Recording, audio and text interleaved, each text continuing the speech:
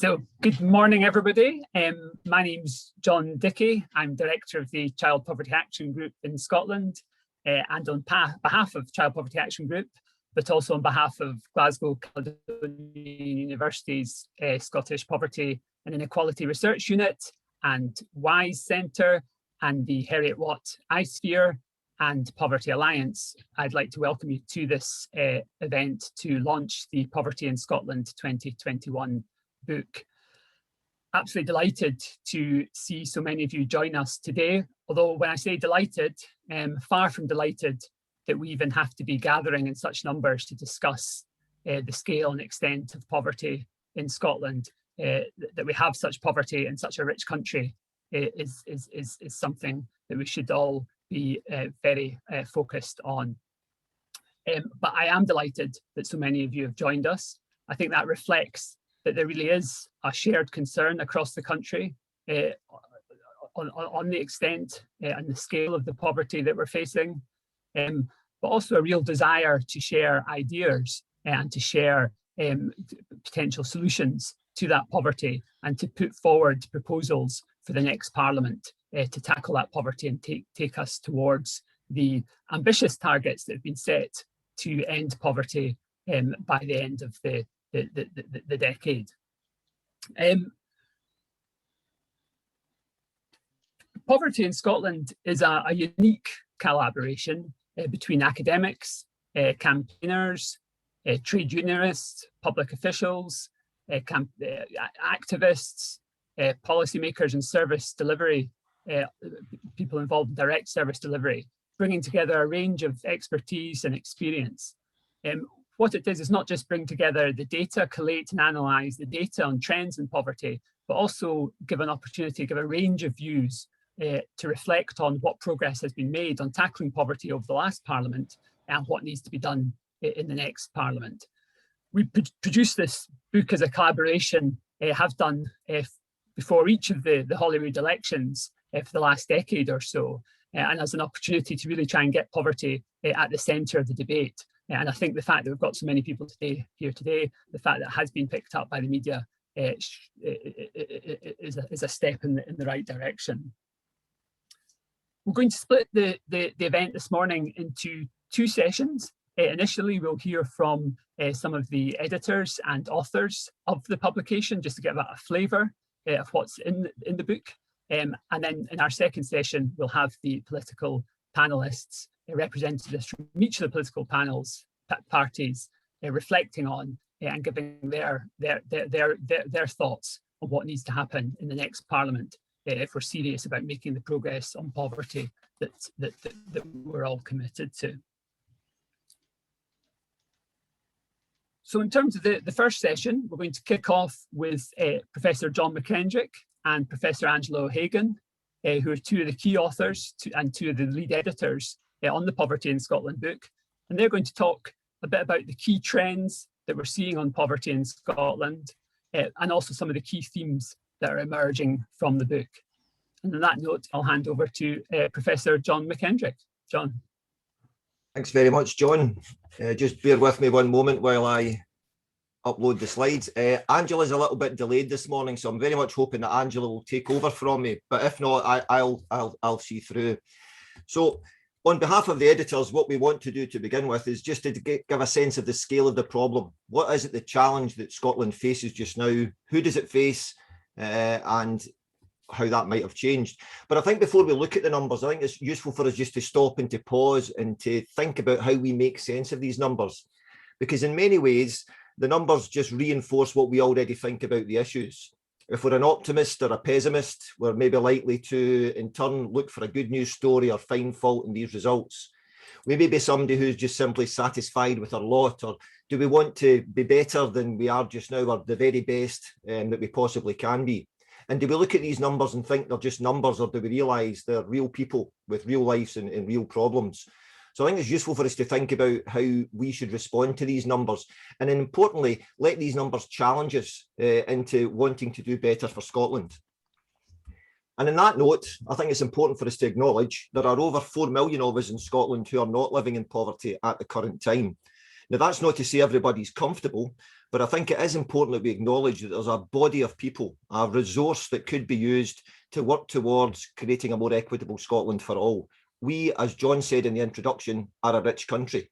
There are far too many of us are living in poverty, but there's a responsibility, I think, upon us all to take actions to try to tackle that. So what is the scale of this challenge then? If there are 4 million, more than 4 million of us who are not living in poverty, there are, unfortunately, almost 250,000 children living in poverty in Scotland at the current time. And let's not pretend that these are a certain group of people who are doing the things that we don't think they should be doing. 2/3 of children living in poverty live in families in which at least one of the adults has some work.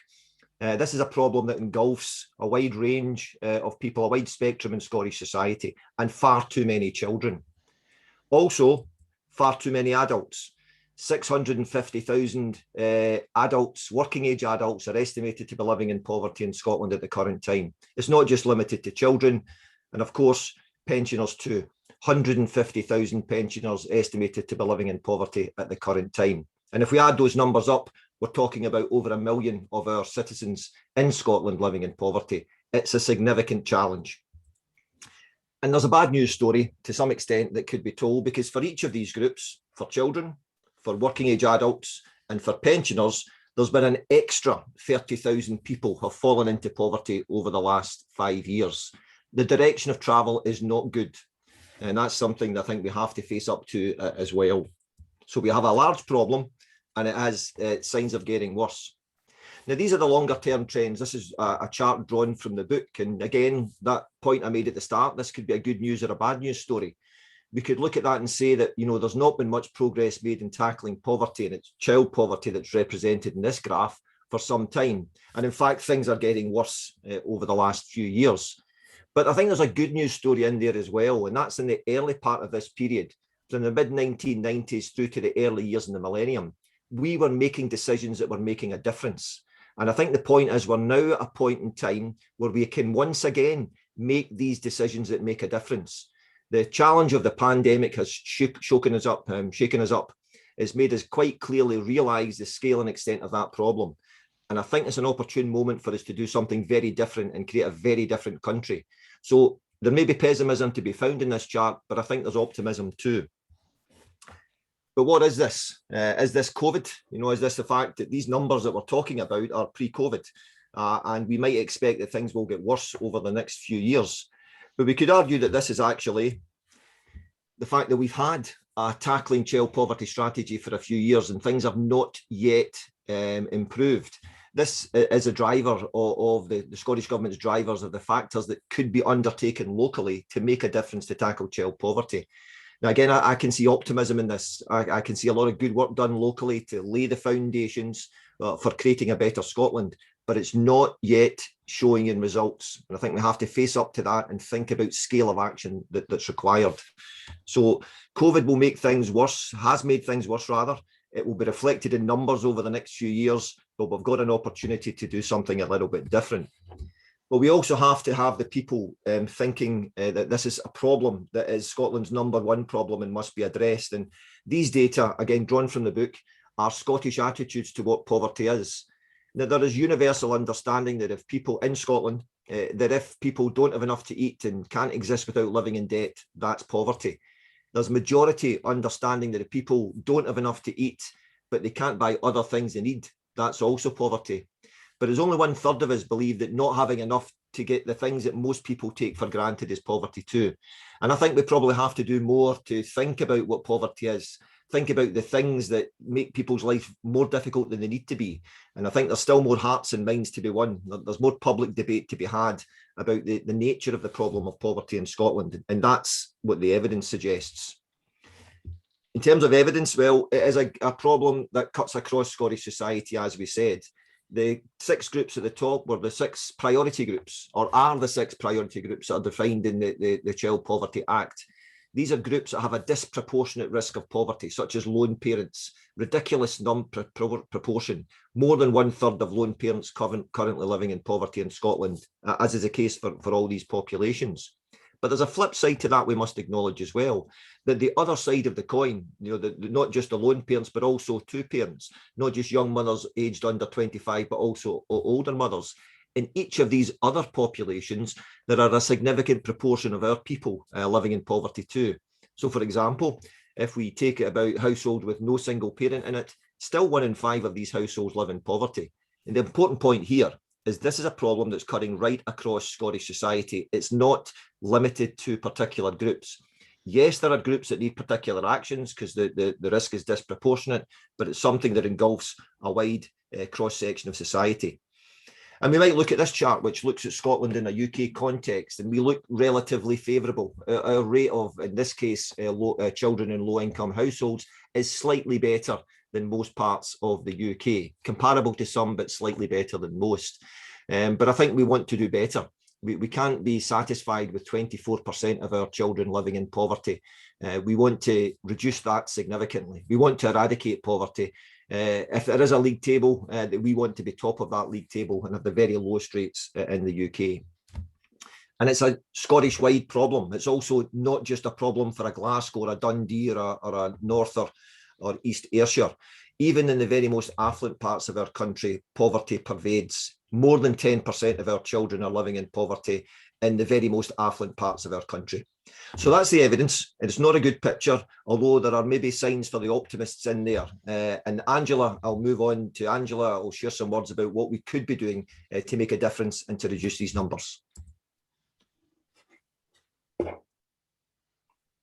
Angela.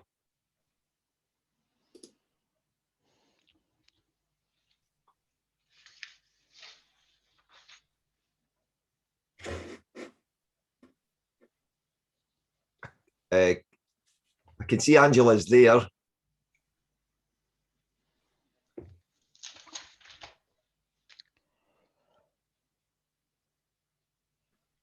Angela, John, or could you just let me know?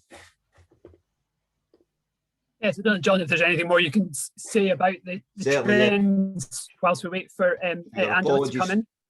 Angela's there, but there just must be a technical problem. And what Angela wanted to say is very much to extend the points that the editors have made within the book, that this is a problem that there are solutions for. This is a problem that cuts across Scottish society. This is a problem that requires big and small solutions. There's no simple single answer to poverty. We're not looking for that single solution. And if anybody asks you that question about what one thing has to be done, we have to respond to them and say lots of things have to be done. We have to take bold action. We have to think about taxation and social security, how that can work better. But there are many things we can do, even as individual citizens, as well as in our professional practices, that can make a difference to tackling poverty. That's the challenge of local child poverty action reports, is to think about what different professional groups and what different citizens and different communities can do to make that difference. Recognising, of course, that some of our citizens feel it more than others, but there are many things that must be done by many people, not just our politicians, but most certainly our politicians. And the point that Angela wanted to make most forcibly was that in each one of the manifestos that have been shared over the last few weeks, there are good ideas that could make a difference to reducing child poverty, but they're not enough. We need bigger and bolder action if we're going to achieve what collectively we want, what everybody in this room wants, which is an eradication of child poverty by 2030 and significant progress made in the interim period before that. Thanks very much, John. Thanks, John, there. And apologies, Angela appears to be having some connection issues. So hopefully we'll be able to come back to Angela. But in the meantime, if I can maybe introduce Laura Robertson and Linda Craik. Laura Robertson from the Poverty Alliance, Linda Craik, an activist with End Poverty Edinburgh. They're going to talk about lived experience of poverty and how that lived experience can help to shape policy taking in terms of tackling poverty going forward. Laura. Thank you. So I am Laura Robertson. I'm a researcher at the Poverty Alliance, and I'm delighted to have been asked to talk to you today about the topic of participation and the voice of lived experience in Scotland. So a key aspect of our work at the Poverty Alliance is promoting the participation of people with lived experience of poverty in the decisions that affect them.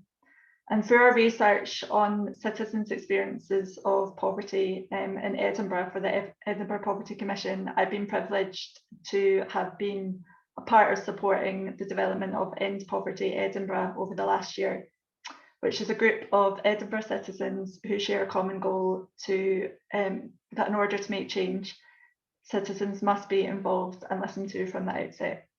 So for this new edition of Poverty in Scotland 2021, I was asked to reflect on opportunities for people with lived experience of poverty to make a contribution and have their voices heard in public policy decision making. And I want to use this opportunity to briefly reflect on where we're at in terms of involving people with lived experience and what we could be doing better. But firstly, I want to share why I think this is important. So poverty in Scotland lays bare the scale of poverty in Scotland currently. Poverty and disadvantage is structural and is a result of power imbalance. We need to create spaces that provide opportunities for people with lived experience to influence policy and practice, and amplifying voices of experiences in places that matter is fundamental to making policy change. As well as this, through participation, people with lived experience are able to offer peer-to-peer learning and support the organisations themselves that they're working with. I want to highlight guidance that we were involved in developing last year. Members of the Poverty Alliance's Community Activist Advisory Group wrote guidance on how people with lived experience should be involved. This guidance was commissioned by the Poverty and Inequality Commission. So the guidance begins with a quote from one of the activists who said, "The insights, realities and struggles of people living with poverty should be at the centre of decision making that affects them. Their valuable experience and powerful voices generate a unique perspective that cannot be gained elsewhere." Over recent years, there's no doubt been a sustained commitment by the Scottish Government and by local authorities to instil the voices of lived experience at a local level and national decision making. A key example has been the development of local authorities and community planning partnerships child poverty action reports, which are an important step in the right direction. However, recent analysis by the Poverty and Inequality Commission of 10 of these reports found no mention of involving people with direct lived experience in 6 of the reports. There are also plenty of examples of local poverty fairness commissions doing excellent work in Scotland, and they've become a channel for involving people locally in decision making. The evidence on their effectiveness is, and particularly in relation to civic and citizens commissioners coming together, is strong. However, to be sustainable, such approaches need longer term commitment and funding, and for citizens to always be seen as key partners rather than a group of people to consult with. Moving forwards, there are so many positive examples of third sector and civil society organisations doing great work to promote participation and work with communities to influence change. For example, the Poverty Community Homeless Network Scotland and the Scottish Human Rights Commission, to name a few. At the Poverty Alliance, my own colleague Timuchi Mishaka has been supporting people with direct lived experience to make change over the last 10 years in Scotland and beyond. These examples provide ample learning opportunities for across Scotland to ensure that people with lived experience are involved meaningfully. And at the heart of this, funding for participation work should be core for all anti-poverty work. I'd now like to pass on to Linda Craik, who I've been privileged to work with over the last year or so in the development of End Poverty Edinburgh. Over to you, Linda. Thank you very much. Good morning, everyone. I'd like to thank you for giving me the opportunity to join this event, which I feel is a privilege. My name is Linda Craik, and I'm a member of End Poverty Edinburgh, which is an independent group of about 12 citizens who formed in 2020 to raise awareness of poverty in Edinburgh and hopefully to influence decision making and to hold the city to account. End Poverty Edinburgh has 3 core aims, which are to engage with the Council, the Edinburgh Partnership and others from the outset to share our members' wealth of experience. Number 2 is holding those who have the power to account by influencing decision making and providing advice and guidance, something which we have in abundance. And to work with other groups and organisations to tackle poverty in the city and to lend our support and share our experiences. Before I share my lived experience with you all, I'd like to make it clear from the outset that this is not an invite to a pity party. It is just a factual account of my personal experiences, what they've been, and unfortunately what they continue to be. I'm happy to answer any questions at the end that you might have about my lived experience. But I'd like to say, before becoming a full-time carer, I had a 28-year career as a Scottish Government civil servant, followed by a couple of years as an office manager for a large IT company. If anyone should have had the knowledge and abilities to navigate the system, which is meant to help people and prevent them from ending up in poverty, it should have been me. I just found it defeating, demoralising, degrading, and very, very judgmental. It's estimated in the Adult Social Care Independent Review, which was published by the Scottish Government in February this year, there are at least 690,000 carers in Scotland, and that the value of unpaid care provided by carers in Scotland is around £36 billion per year, which is quite a staggering figure. 5 years ago, I became the sole full-time carer for my adult brother, and so I joined this growing statistic. My biggest hurdle was trying to find out where to go for advice, guidance, help. By that, I mean physical, mental, and financial help.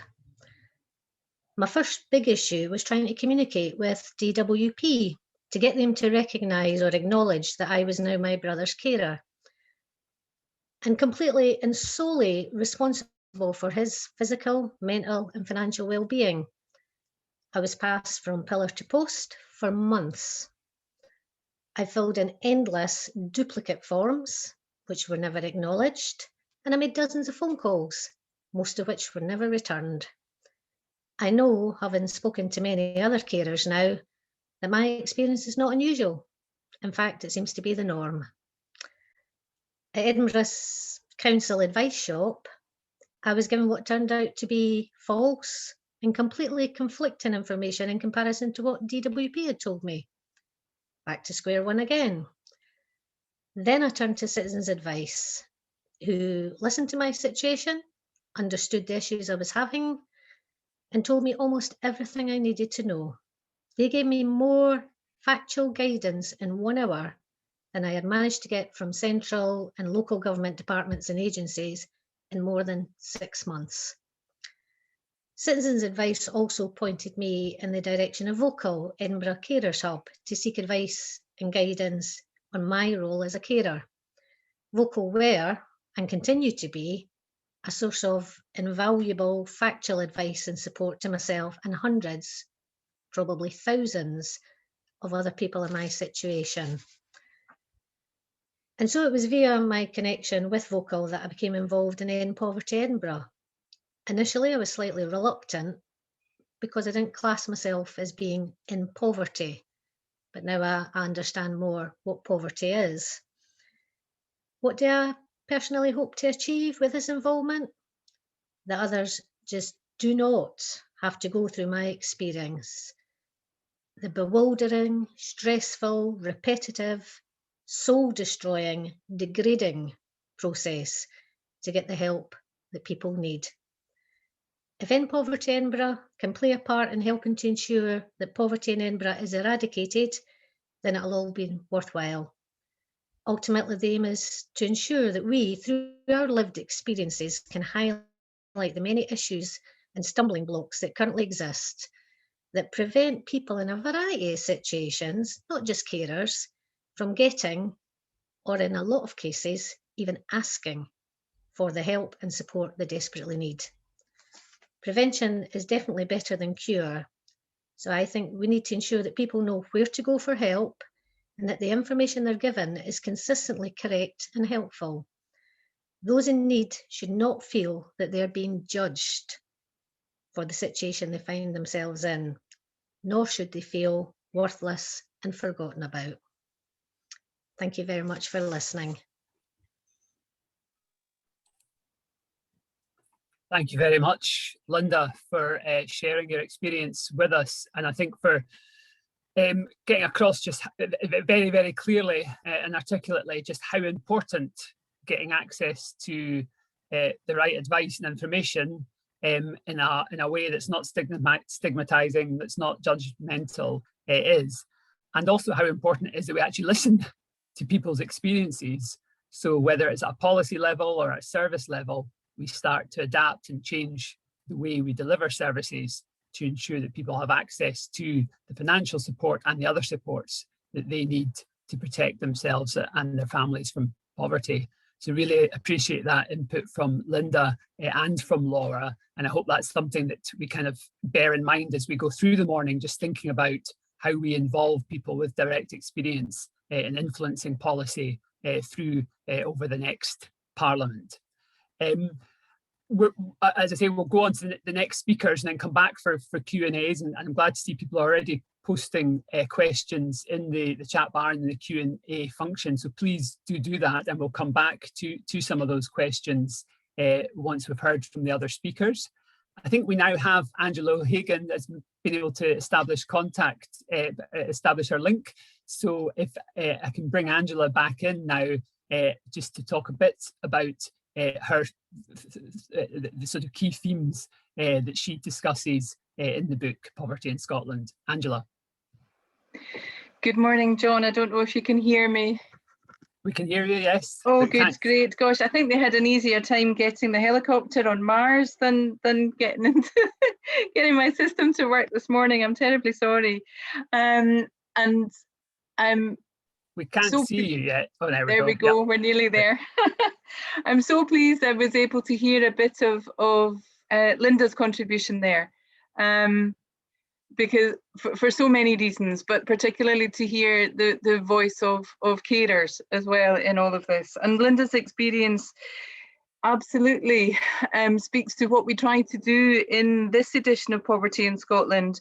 And that was to reinforce and expose that poverty is not uniform or experienced in the same way by everyone.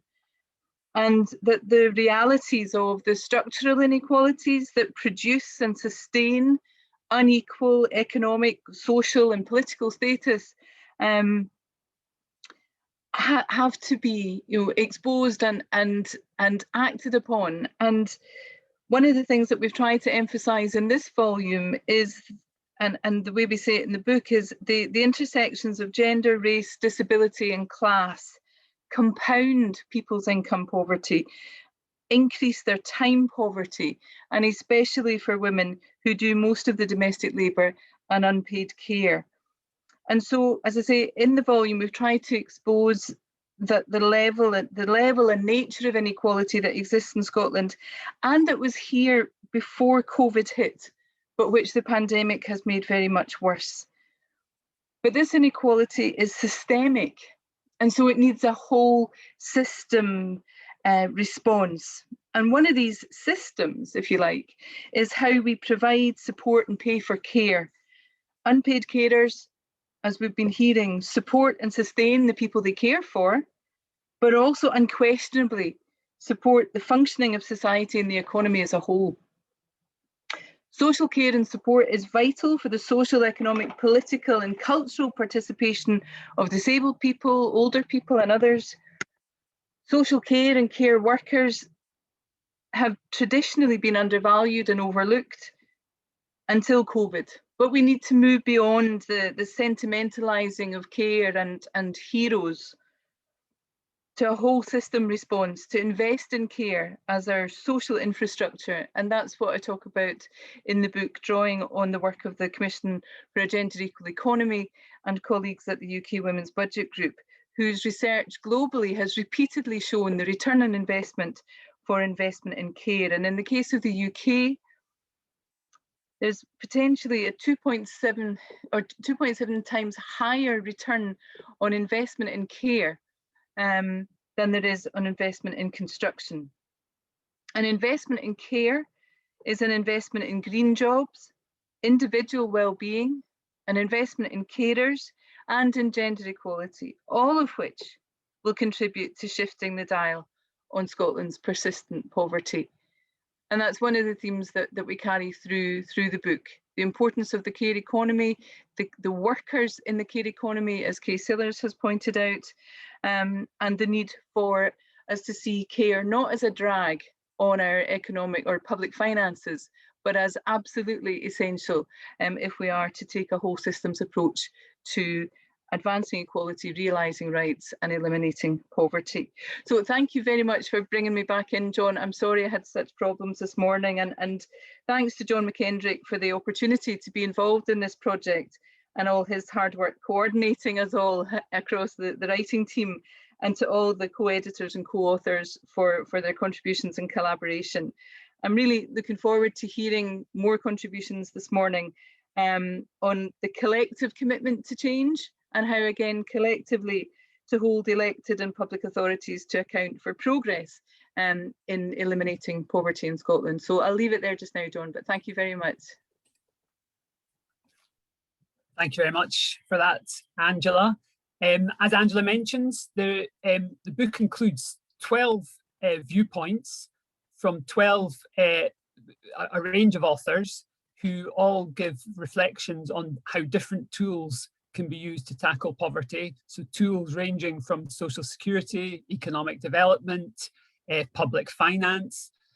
Just to give a flavour of the book, we've got 3 of the authors here this morning to talk to us, starting with Lucy Mulvagh of the Alliance, who's going to talk a bit about social care and the role that social care has to play both in tackling poverty in Scotland. Lucy. Many thanks, John, and thanks for the invitation to speak today, and to the organisers for inviting me and my co-author Hannah Tweed to write a chapter for poverty in Scotland. Despite contributing an estimated 3.4 billion to the Scottish economy, with a GVA greater than that of agriculture or the arts, social care is commonly portrayed as a drain on public resources. Social care is highly gendered. Women comprise the majority of those accessing services and 85% of the workforce, which itself represents nearly 8% of total Scottish employment. However, social care is an undervalued and underpaid job, as Angela has noted. Added to this is the disparity between public sector workforce pay and conditions and those of the third and independent sectors, which deliver most services. These factors significantly contribute to inequality in women's work, occupational segregation, and Scotland's gender pay gap. Social care covers an array of services, and people buy their support from providers or employ personal assistants.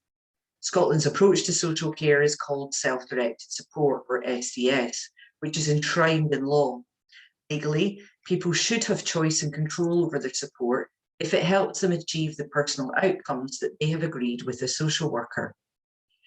Social care is supposed to be a means to an end, intended to support disabled people, people living with long-term conditions, and unpaid carers to enjoy their right to live as independently as possible, participate in and contribute to Scottish society.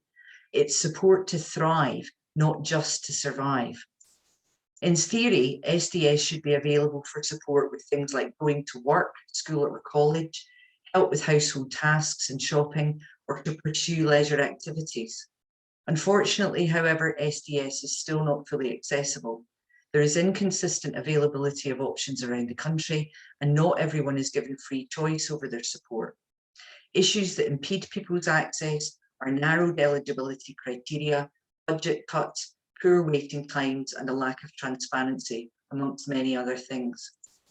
When people cannot access social care, as some people have already noted today, they are forced to rely on support in the form of unpaid care from family and friends, rather than this, as is often the case, being a freely made choice by everyone involved. Estimates suggest that during the pandemic, the number of unpaid carers, the vast majority of whom are women, has swelled to over 1 million.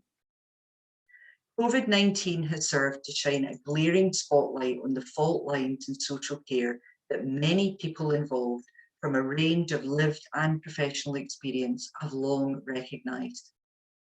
Hannah and I believe, as many do, that Scotland has needed a radically different approach to social care for a long time.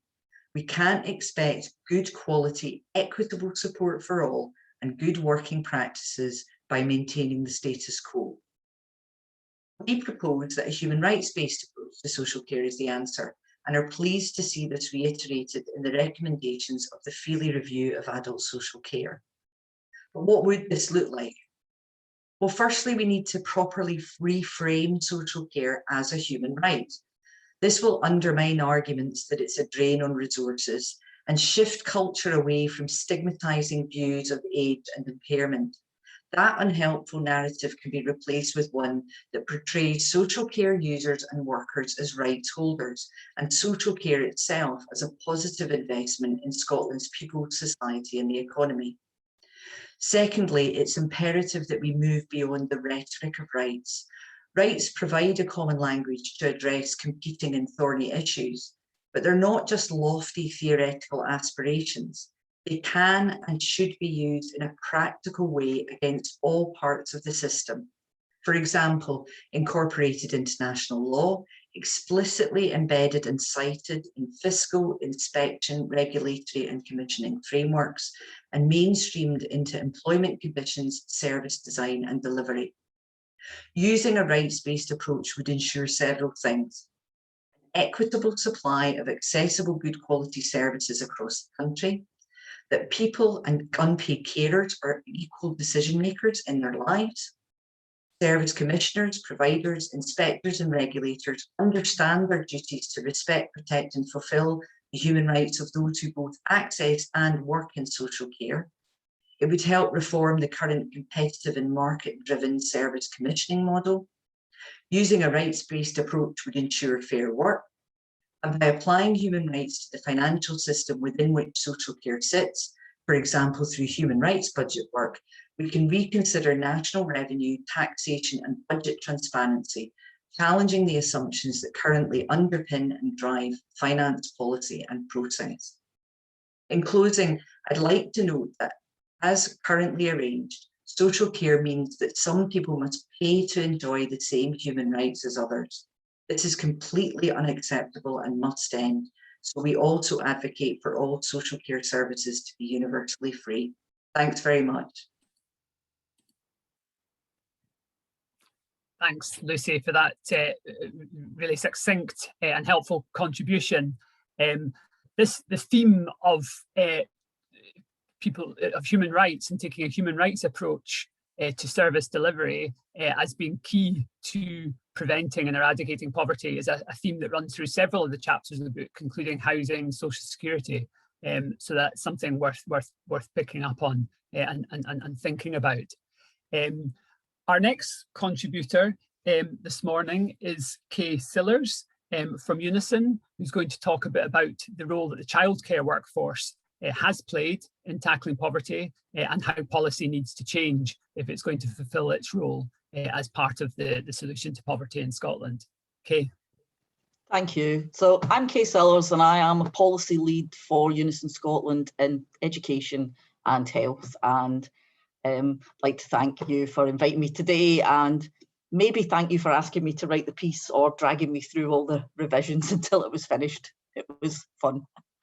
So childcare policy is most often discussed as a tool to reduce poverty by allowing mothers to work, but I want to talk about the impact of low pay on the women who actually deliver the service. Just above the poverty level is certainly not good enough. I want to talk specifically about childcare, but the issues are similar in social care and more widely where what we would generally consider to be public services are outsourced to the private and third sector. And of course, where work has traditionally been done by women for free, the undervaluing of women's work means that caring across all ranges of the work is considered unskilled and incredibly poorly paid. These have proved to be essential throughout this crisis, but not paid as though they were. We also sometimes talk about people living in benefits and those who are low paid as if they're different groups of people, but of course they are not. Last year, when the government announced the £500 payment for health and care workers, we had so many inquiries from our members about the impact of getting a lump sum on their benefits that we actually had to reach out and commission specific and very high quality advice from CPAG in order to enable members to work out how best to take the payment. A pay rise should not make you panic. Work does not guarantee freedom from poverty, as our members can regularly attest.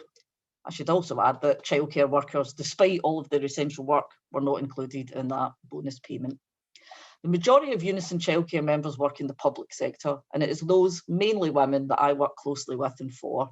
There has been a long battle, including industrial action, proper job evaluation of their qualifications and skills, and of course, court cases using equal pay legislation. And we have slowly forced up pay for women in the public early learning centre. This is achieved, obviously, because people are members of trade unions and we're able to fight for them, but also because the people who pay for the service are not necessarily the users. We have also got agreements with the employers, which allows us to negotiate directly with the service, which is not the same for those in the private and third sector. Public sector pay freezes over the last 10 years, of course, stalled that process, leaving many members in the public sector still struggling to make ends meet. One of the issues that came along with the proposed expansion has also been the changes to work conditions. Many of those women have stayed in those jobs because the flexible hours, the summer holidays off, and the shorter working days really fitted in with their caring responsibilities. And while part-time work is a challenge in terms of your overall income, those hours were something that really helped those women balance their working lives alongside their responsibilities to look after their own children. And contrary to some of the discussions about childcare, most people do actually want to spend some time with their actual children rather than have to work 50 and 60-hour weeks to make ends meet. So the biggest issue we've had over the last couple of years in negotiating locally has been people not wanting to change their hours to meet the extended opening hours. So local authorities have generally had to recruit new staff on new contracts to facilitate that longer opening. Also, many authorities have chosen to continue to use the private sector to offer the longer days. This means that the expansion is generally going to be based on lower pay. In the private and third sectors, pay is generally at the legal minimum rate. So if you're under 20, which is reasonably common in the private sector, you will be earning £6.56 an hour, and as an apprentice, £4.30. In local authorities, the full-time salaries range from between about £22,000 to £28,000 in the highest paying authorities. A minor detail, but there isn't, each local authority pays its own rates. It's pay rises that are negotiated centrally, but not the actual pay scales. So there's a big range of difference. In the local authority, the service is entirely delivered by qualified staff. Although there are trainees in place, they don't count on the adult to child ratio, what we like to call supernumerary. But outside council nurseries, the staff tend to be working towards their qualifications. All the evidence is that it's the qualifications of the staff that make the biggest difference to the outcome for children in childcare settings. So low pay also contributes to a higher turnover of staff and problems recruiting the staff. So again, that means that the quality of the service that children are able to get is affected by low pay. Many managers in the private sector actually earn less than a practitioner in the public sector, often about £16,000. It's also a regulated workforce, so you pay fees, £35 to SSSC, and also for your disclosure certificate, people paying in order to carry on going to work. The government rejected our aim of a wholly public sector childcare service and has chosen to stick with the current mixed provision. Like in social care, their answer to our campaign to end poverty pay is to set the living wage as the qualifier to be able to deliver the service. The government claims this will lift 10,000 workers out of poverty. So that's how I know that currently 10,000 childcare workers are living in poverty. While it's clearly welcome, and the fact that the Scottish living wage, unlike the national living wage, kicks in at 18, not 21, it is still not a pay rate that reflects the work involved. Just above the poverty level is not good enough. Also, the living wage has only been funded for the actual 1,140 hours, and that's about 22 hours a week in a 52-week nursery. So not for all the staff in the setting or for any hours that children use beyond the 1140 hours. There's intense lobbying from the nursery owners over this. The financial problems they have faced due to COVID closures and new restrictions and capacity due to COVID safety have added to their financial problems. The amount of extended free hours also impacts on the amount of hours they've got left to charge users for, and so again impacting on their financial viability. So it remains to be seen just how many places will still be open in August. More importantly, the living wage does not reflect the skills and ongoing professional development required of early learning and childcare staff. The work itself is challenging. They're developing young minds are the most important part of a child's learning. They're also responsible for checking for developmental delays, early signs of disability, and of course, child protection. They liaise with a range of agencies and are recording the development of the children in their charge, as well as developing individual learning experiences to ensure that all children's needs are met. This includes the 30% of the children who've also got identified additional support needs. They are at the core of getting it right for every child. The challenges of childcare, the health and safety of small children in itself, far less the education challenges, require much better pay than £9.50 an hour.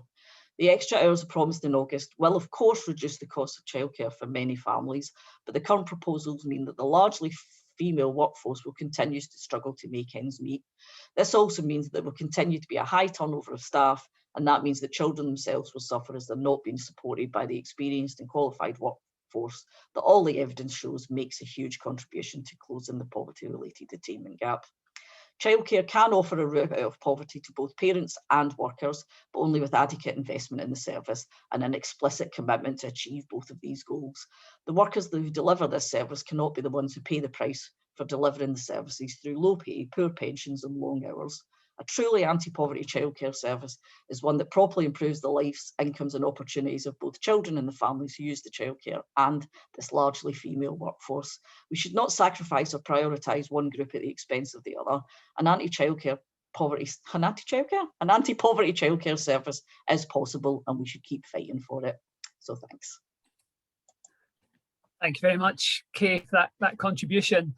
And that issue of supporting, ensuring decent wages and conditions for those providing childcare is also picked up in other sectors. There's been questions coming in or comments coming in from the audience here around pay, for example, amongst workers working in the homelessness sector. So just the importance of ensuring that those delivering services aren't being paid poverty wages or being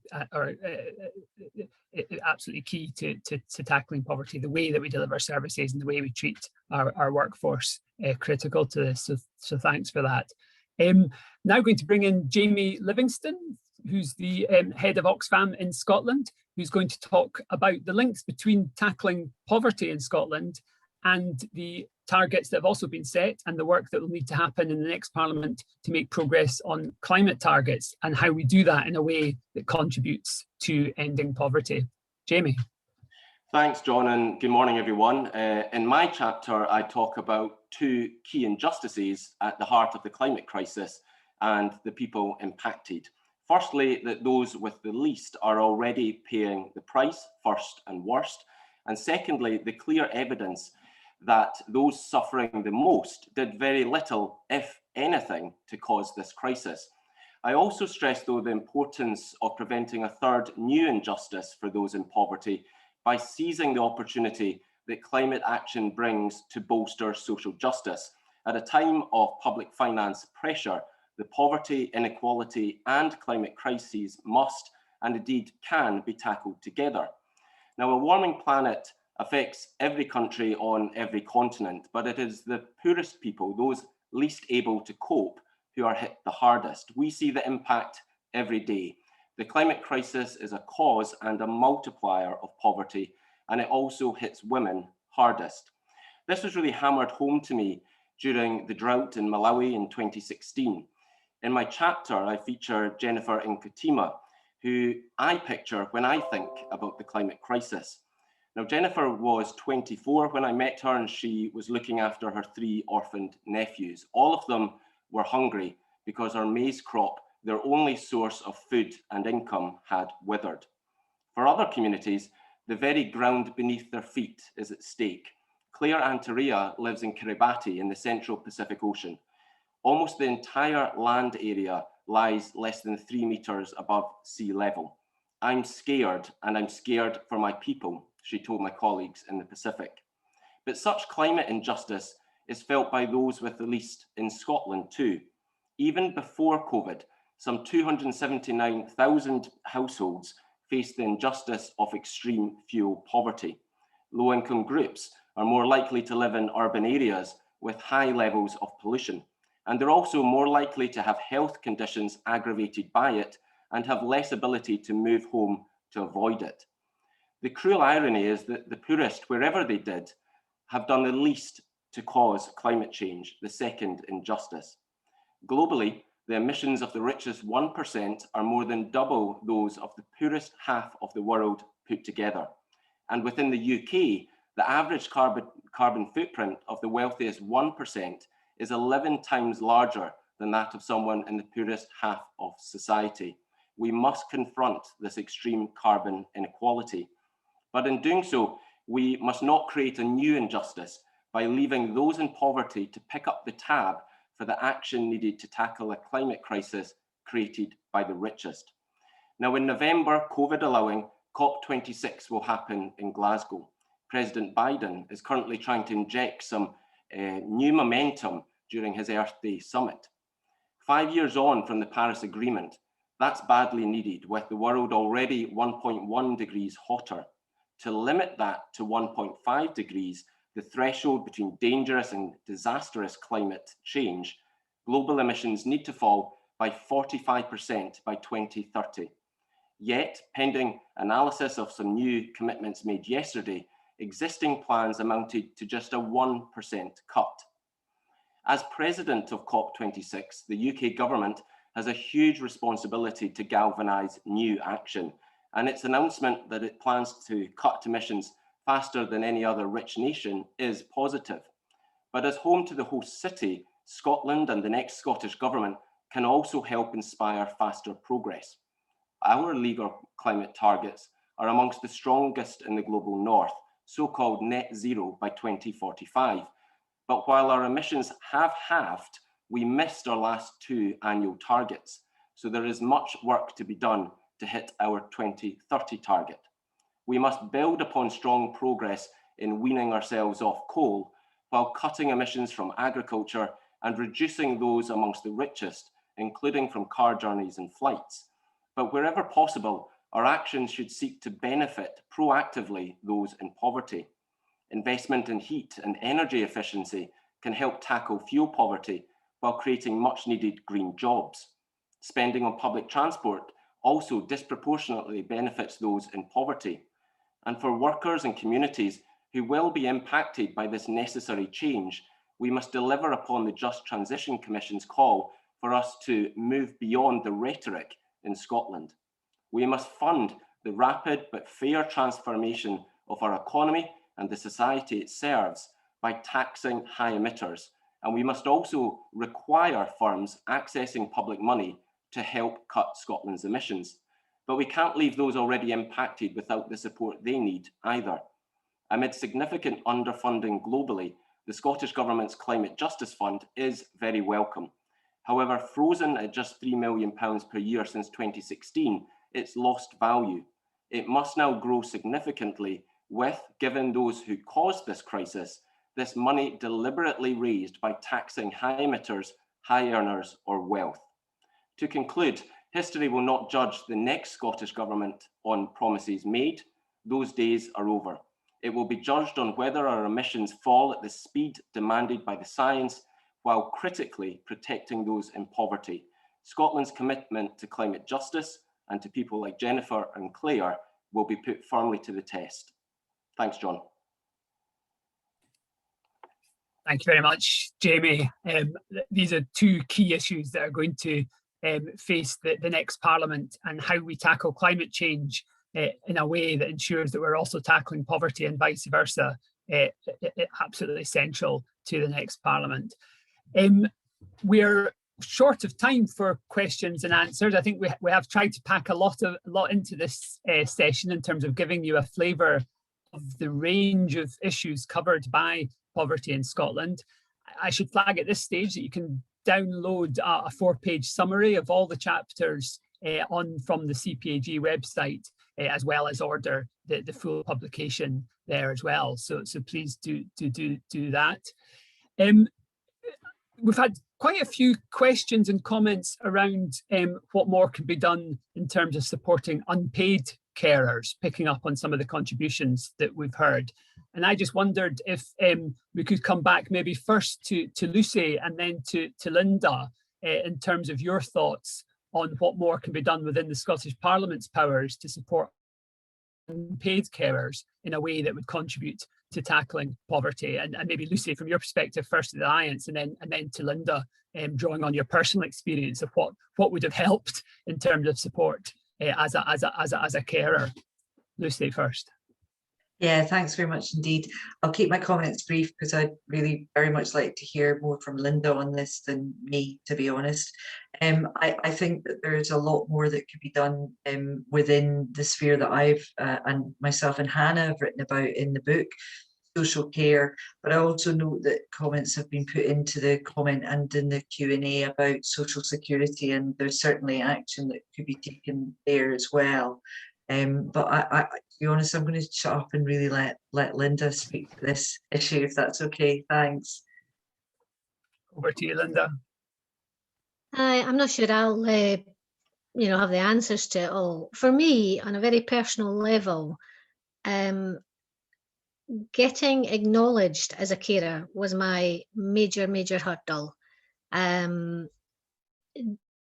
DWP, all the people who are meant to help you and guide you seem to, not recognise it because I didn't have power of attorney. My mum died very suddenly, and when I contacted DWP regarding her affairs and said, I'm now carer for my brother, there's a variety of physical and mental disabilities.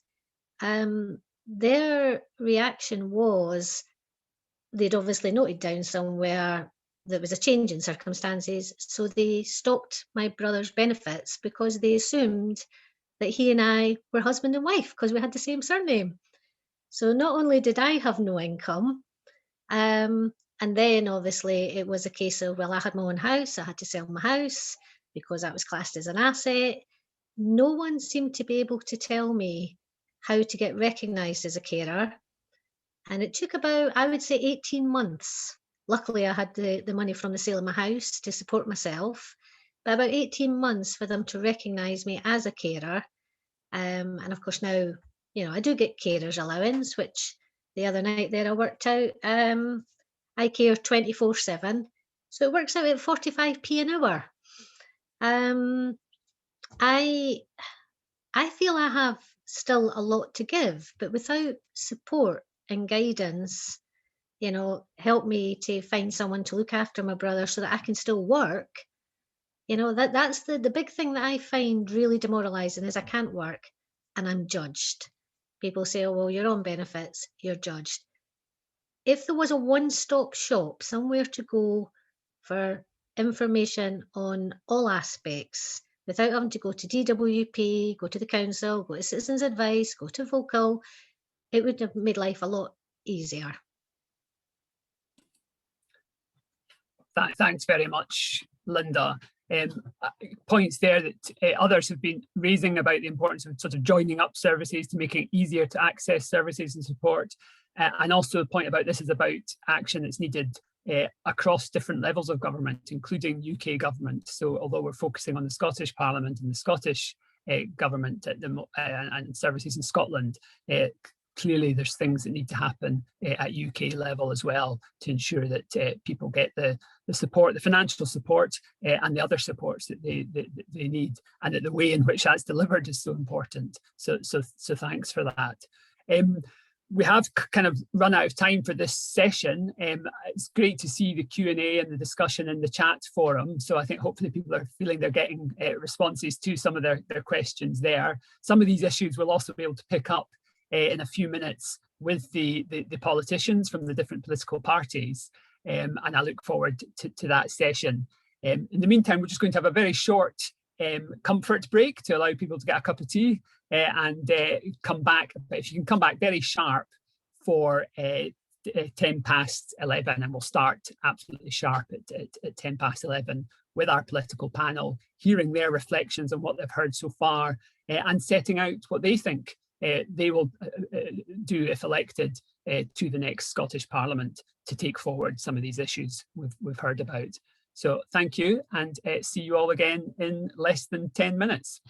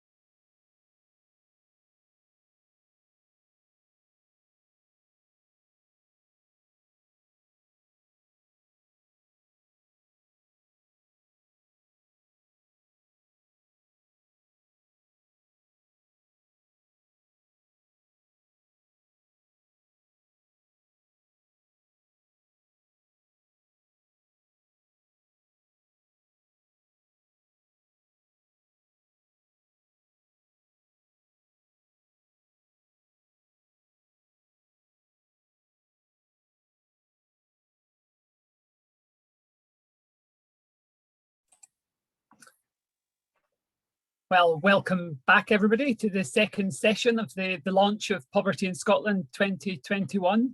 Just like to start by thanking all the previous contributors for their short, succinct, incisive contributions. I think really helped to set the scene for our second session, where I'm delighted to welcome representatives of all the 5 Holyrood parties.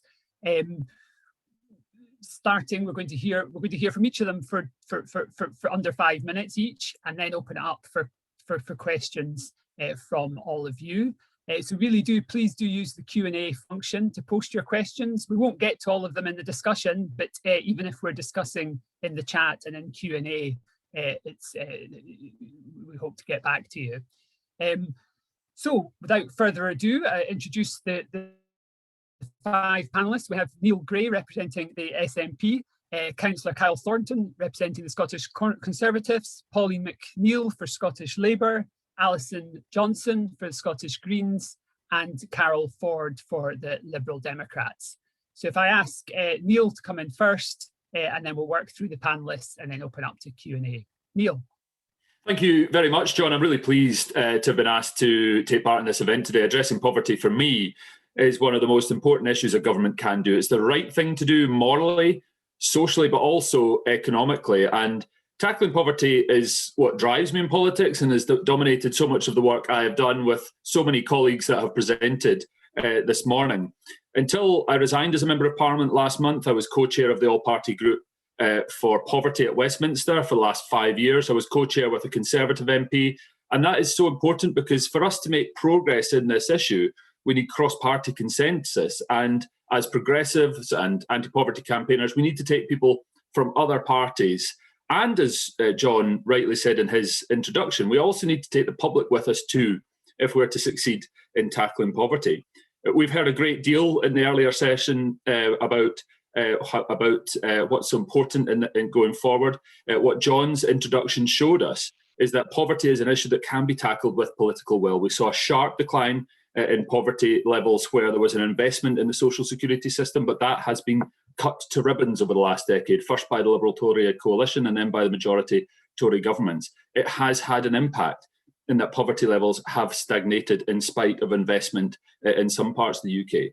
Linda's personal experience is sadly familiar, and the presentations from Lucy, Angela, Kay, Laura and Jamie were challenging for all of us. Now, clearly in Scotland, we are leading the way in terms of action to address poverty, but there is more to do, not just in a Scottish context, but also while we remain part of the Union at a UK level too, as John Dickie acknowledged. The new Scottish Child Payment is game-changing. It is a targeted investment in addressing poverty. Payments have started and it's to be rolled out to up to 16-year-olds over the next year. And the SNP manifesto commits to doubling that payment to help meet our child poverty targets. So I'm pleased to see other parties in our agreement, and I thank CPAG, the Poverty Alliance and others for your campaigning on this issue. However, the hybrid nature of our social security system means that the benefit of the Scottish Child Payment could be completely wiped out for families with 2 children if the temporary universal credit uplift is withdrawn later this year. And that highlights the difficulty of addressing an all-encompassing issue like poverty in a situation where you have a shared social security system with the UK government still responsible for 85% of its spending. That's not a cop-out. We have used new powers to create a new social security payment in record time. So we are taking responsibility, but we have to accept the reality and ensure there is a joint lobbying focus to ensure there is an investment in social security system and other social infrastructure to address poverty. I'm also the Deputy Convener of the Social Justice and Fairness Commission. It was an immense pleasure to sit on that commission with Angela Hagan, who we heard from earlier. Our report's finished and I'm hoping will be published soon. And I'm really pleased to see so much of our work about what can be done now within the realm of devolution, but also looking towards independence, reflected in not just the SNP manifesto, but from other parties too.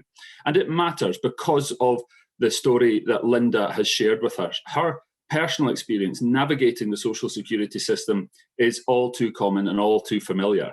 And if we are re-elected, the SNP will invest £1 billion over the next Parliament to close the poverty-related attainment gap. We will cut the cost of the school day by providing a device for all children to get online, increasing school clothing grants, extend free school breakfast clubs and lunches to all primary and additional support needs schools all year round. We will double the game-changing Scottish Child Payment and provide wraparound childcare before and after school, and extend it to younger children from low-income households.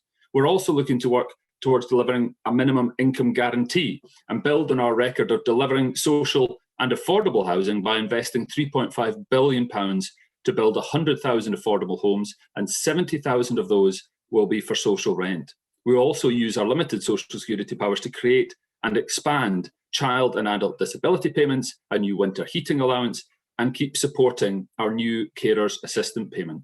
There is no doubt there is much to do, but I feel we are making great strides, and this manifesto that I'm proud to stand on has the potential to transform the landscape before us. So I'm looking forward to taking questions and discussing this crucial issue further with you all.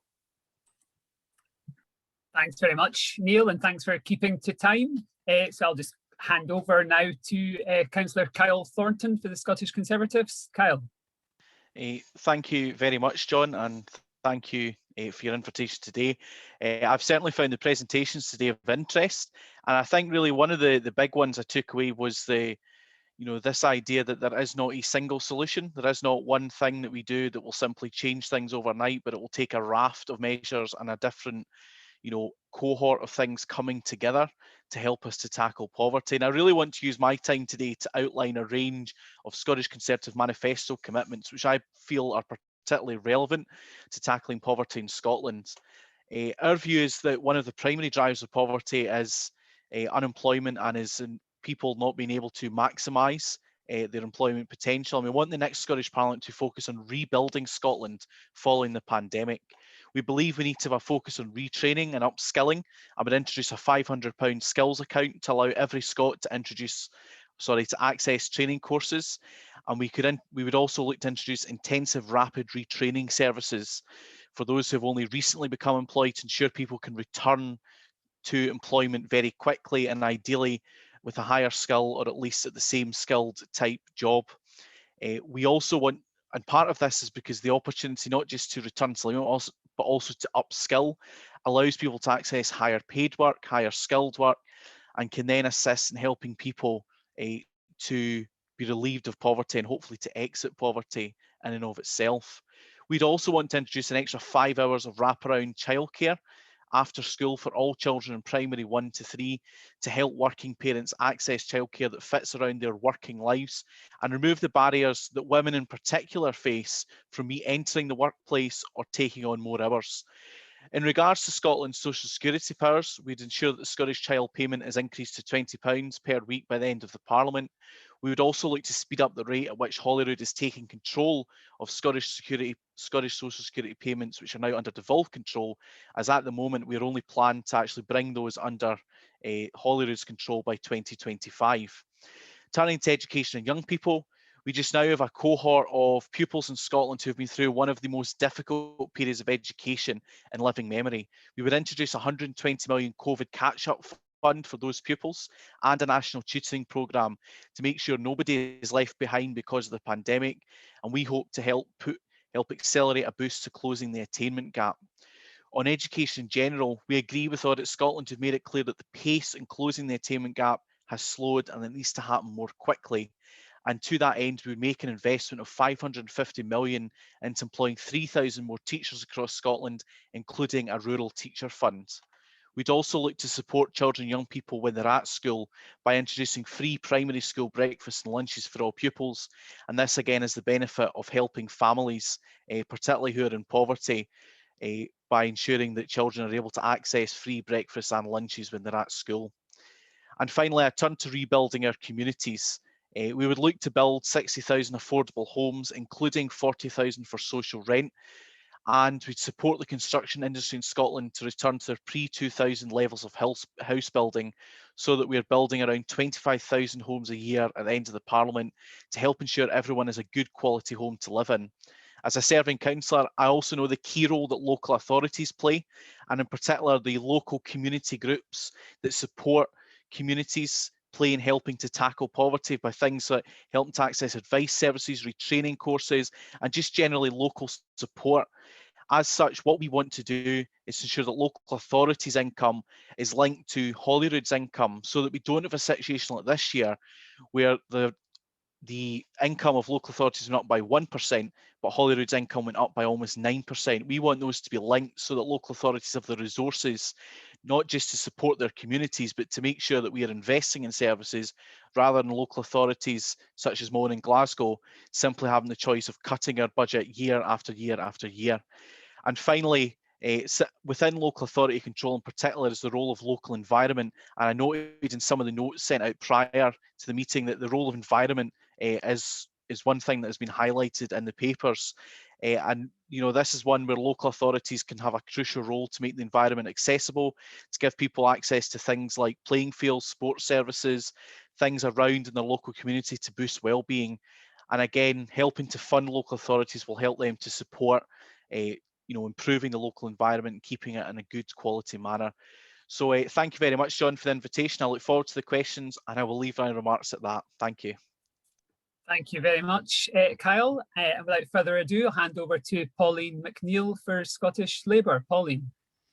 Thank you very much, John, and thank you for all the presentations. Extremely lot of material there, food for thought in terms of what the next Parliament should be about. I mean, I've approached my contribution slightly differently because the last 5 years I've spent on social security, working with Child Poverty Action, Oxfam and other groups. And then I'm going to talk about some of the things that Labour will do. For the last 5 years, I've been an MSP, so most of my questions really have been around the question of poverty, which I think is a complex subject, and I think today shows that it is complex. I'm proud to say that we, as a member of the Social Security Committee, we did force the government to meet its own commitments around an anti-poverty commission, which I think has been an important part of the Parliament's work. And I do think that the pandemic has created new groups, and I think we need an analysis early on as to where poverty lies and what groups who previously maybe not a part of the poverty agenda. For example, in Glasgow alone, when the isolation payment was not anywhere near universal, and 53% of applications were rejected. I do think that Child Poverty Action's Give Me 5 has been absolutely inspirational in this last Parliament and has resulted in, I think, all the parties committing to doubling the child payment. Certainly Labour will double the child payment. One of the issues that I think is quite critical in all of this is the loss of advice centres. Listening carefully to what Linda had to say around unpaid carers. And we already do know that the Fiscal Commissioner said that the applications for PIP were down 14%, and they put that down to the loss of advice centres. So going forward, it's an absolutely critical part of our system, I think, to resource the types of centres that take away the bureaucracy for people applying for benefits and looking for some advice as to what they might be entitled to. Labour has made a commitment to the automation of benefits, something which I have championed for the last 5 years. And my inspiration came from Glasgow's financial inclusion work, where it was shown in Glasgow that if you automate benefits, you can virtually ensure that 100% of people who are entitled get those benefits. So a lot of work, I think, to be done in the next Parliament on that. The disadvantage of pupils who didn't get access to tutoring right up to now has been a question I have continually asked in this Parliament, and Labour has made a commitment, obviously because of the pandemic, but to me it was always a deep inequality that some pupils got access to tutoring while others did not, and they were sitting the same exams. To me, it's a deep inequality that needs to be resolved. It was myself who moved the amendment to put lone parents and families with disability into the Child Poverty Act. Against much resistance, I have to say, because whilst I accept some of the points I think John made earlier about poverty is certainly acute amongst lone parents, but you can see that even in two-parent families, poverty is still high.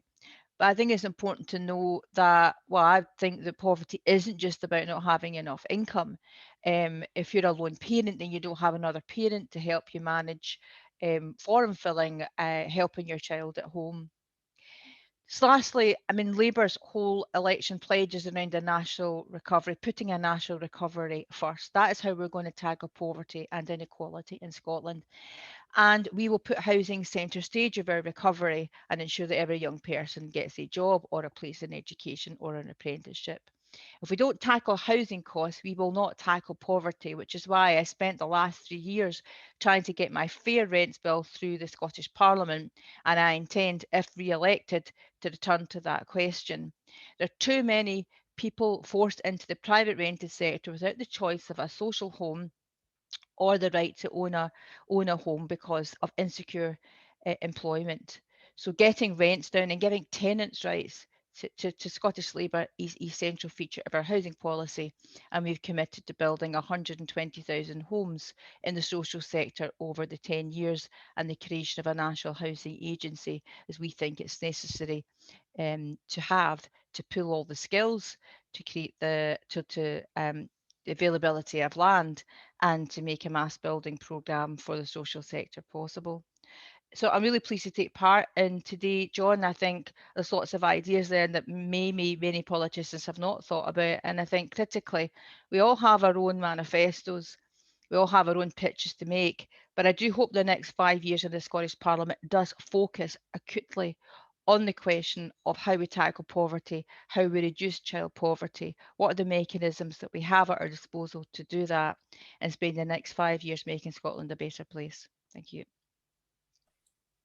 Thanks, Pauline. And now I hand over to Alison Johnson for Scottish Greens. Alison.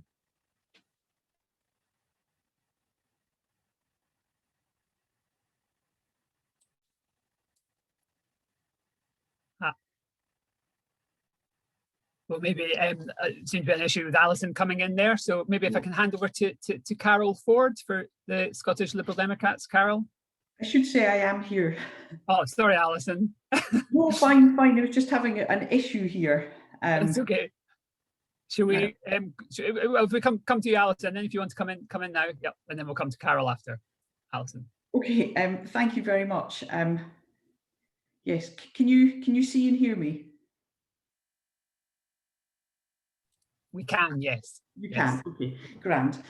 Yeah, I'm just very pleased to be here this morning and to have had the opportunity to listen to the expert voices for the past hour, because I think it's fair to say that we're always learning how we best might tackle poverty.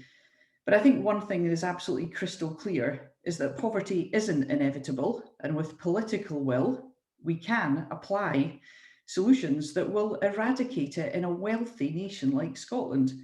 I mean, it is deeply frustrating that we've had so many of the same discussions over the past 10 years that I've been in Parliament, and before that on my local authority in Edinburgh. So what are we going to do about it? Well, I think one thing that I'm heartened by, and I've been taking part in a lot of hustings on the issue of poverty, on the issue of carers, on the issue of health, and on the issue of social security. And I am heartened that there seems to be growing consensus around policies like a universal basic income. I mean, I think that would be really important when we come to looking at unpaid carers, for example, because Linda was making the point that it took her, I think, 18 months to get the recognition that she was indeed an unpaid carer. And I know that she's not a lone case there. So if we had a universal basic income, people would have that unconditional support that would just give them a bit of a cushion, and that would be there, you know, on a permanent basis. And I think that would make such a difference to so many, particularly at this time. I mean, the pandemic has exacerbated existing inequalities. And I think also it's shown some people who've never come into contact with the benefit system how very challenging it can be to engage with. And I know that a lot of people were absolutely astonished when they found out how much universal credit was, and that was a sum that they were meant to live on and you know, to be able to contribute fully to society on. So there is a way to go, but I am heartened by, I think last night I took part in an event on universal basic income, as I said, and 4 out of 5 parties are really keen that we start to pilot that. And I'm very much hoping there'll be progress there. But I think in the meantime, we can look at ensuring that people have a minimum income. We can't ask people to live on an income that is simply unlivable, which means that their children forgo lots of opportunities, that they don't get to go on the trips that their school colleagues do, that they don't get to take part in sports. And we have a commitment in our manifesto for free access to sports and physical activity for children and young people.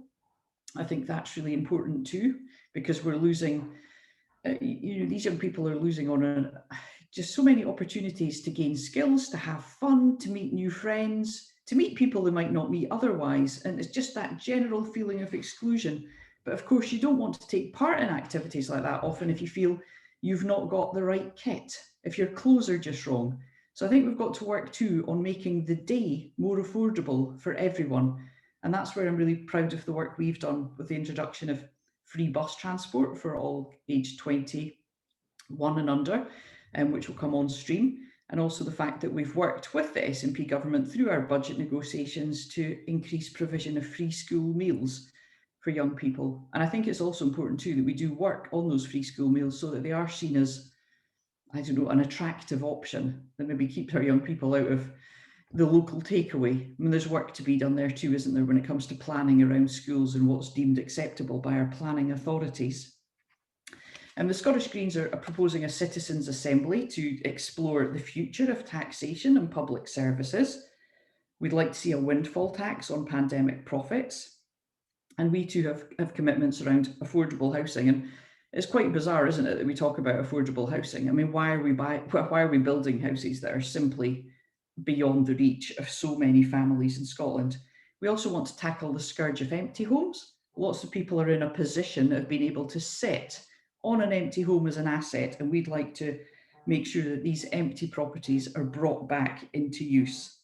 I'm proud of the work we did on the Social Security Bill. We've ensured that unnecessary face-to-face assessments for disability benefits won't take place. And we've also ensured that one of the principles of Social Security is that it has a part to play in reducing poverty.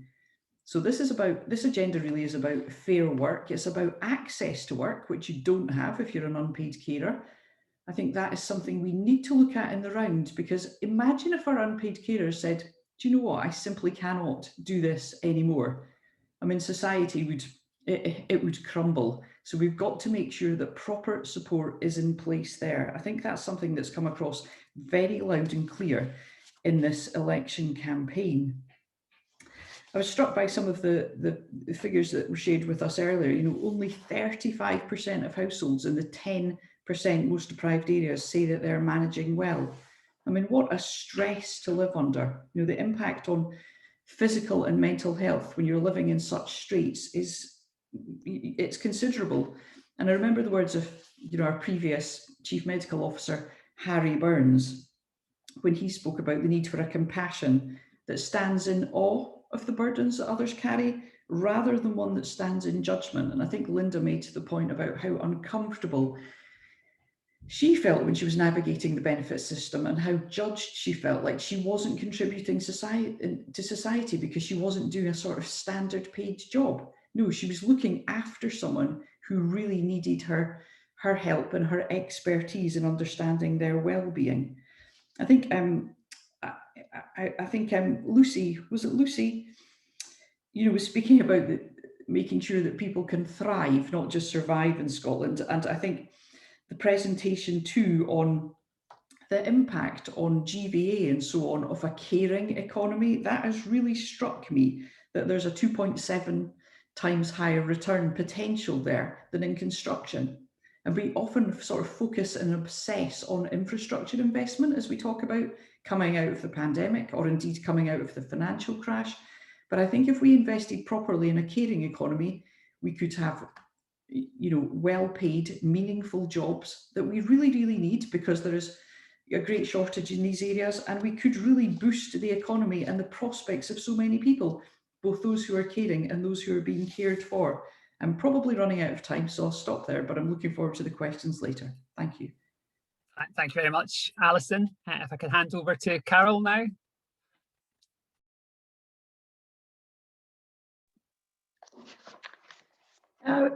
Well, good morning. First of all, my apologies. I missed the beginning of the sessions this morning because I was actually being vaccinated. but I came on in time to hear Linda's story about her taking over as the carer for her brother. And it actually illustrates something that the Liberal Democrats are outlining in our manifesto, that every policy that affects individual groups of people should have built into the system an opportunity for people with that lived experience to contribute. And I'm not talking about a ticking box consultation exercise, but that people with that experience are actually included in the drawing up of policies and how they will be implemented. I think that's pretty crucial.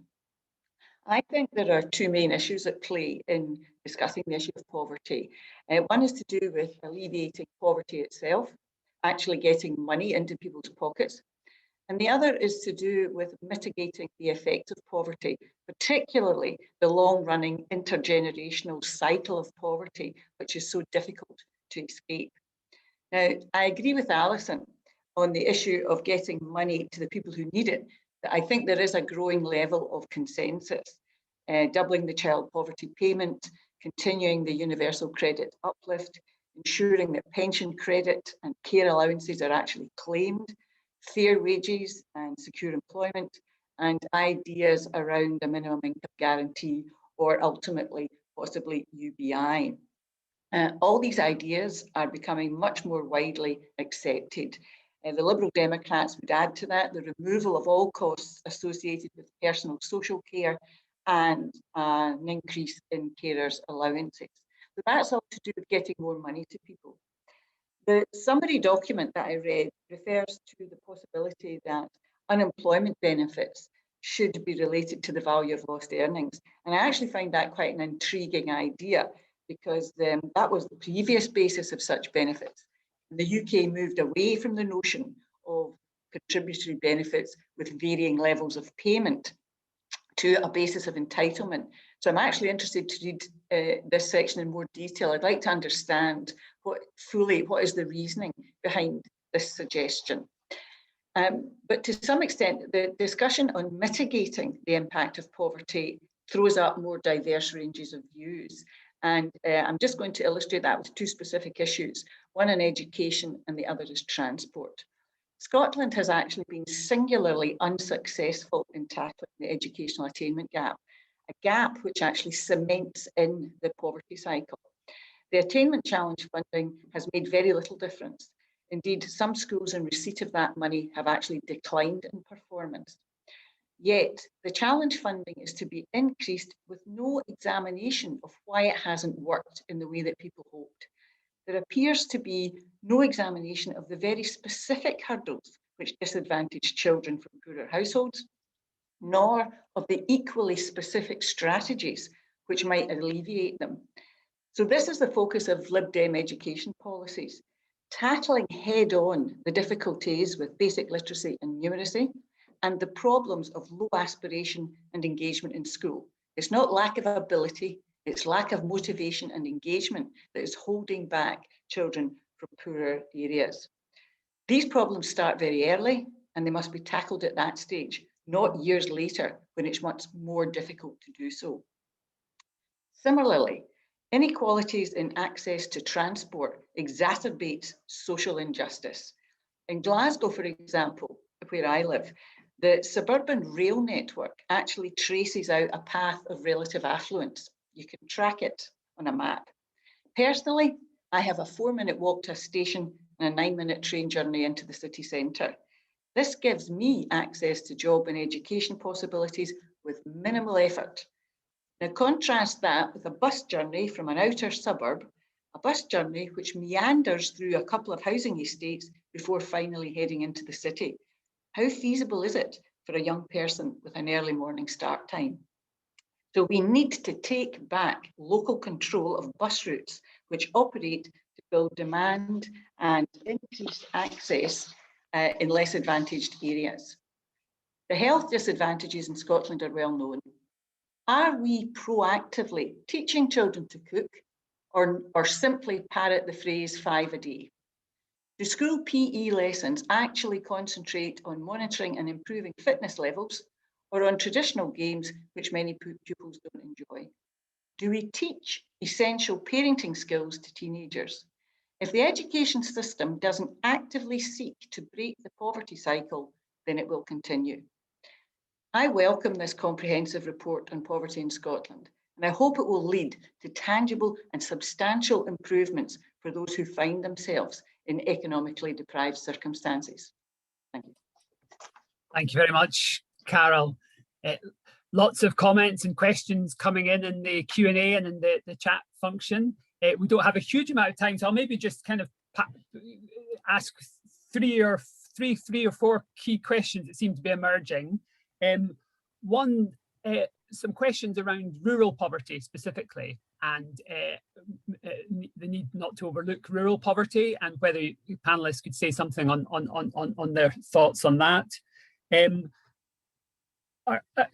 Following up on the issue around carers, a very specific question from Jamie Oxfam in Scotland around whether a willingness to support a national outcome, a Scottish Government national outcome specifically around valuing and investing in carers. And then a third question around transport. Quite a few of you have actually flagged transport as an issue. It was just to ask quite explicitly a willingness to support the Poverty Alliance's campaign, led campaign on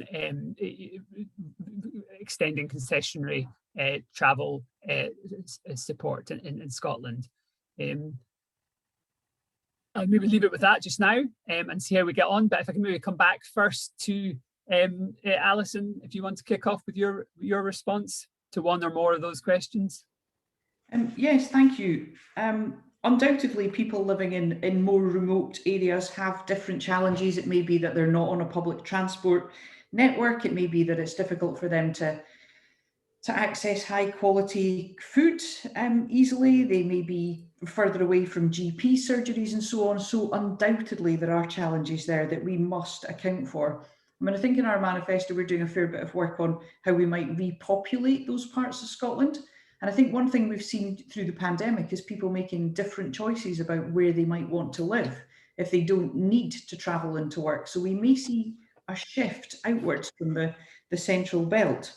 But I think, you know, this is an area that we absolutely have to address, because whether it's rural poverty, food poverty, fuel poverty, period poverty, this all comes down at the end of the day to people not having enough income to survive and to access the services and to buy the things that they need. So it's certainly something we should have a clear focus on, because I very much do appreciate there are challenges for those who live out of our urban centres.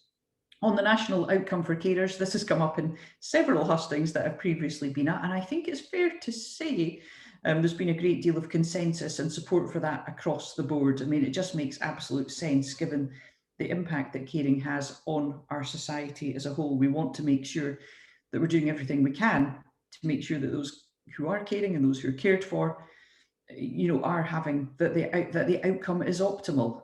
So I think we should very much keep an eye on that, and I think making that a national outcome would be sensible. And when it comes to extending concessionary travel support, I mean, absolutely, the Scottish Greens would like to see far greater investment in mass public transit.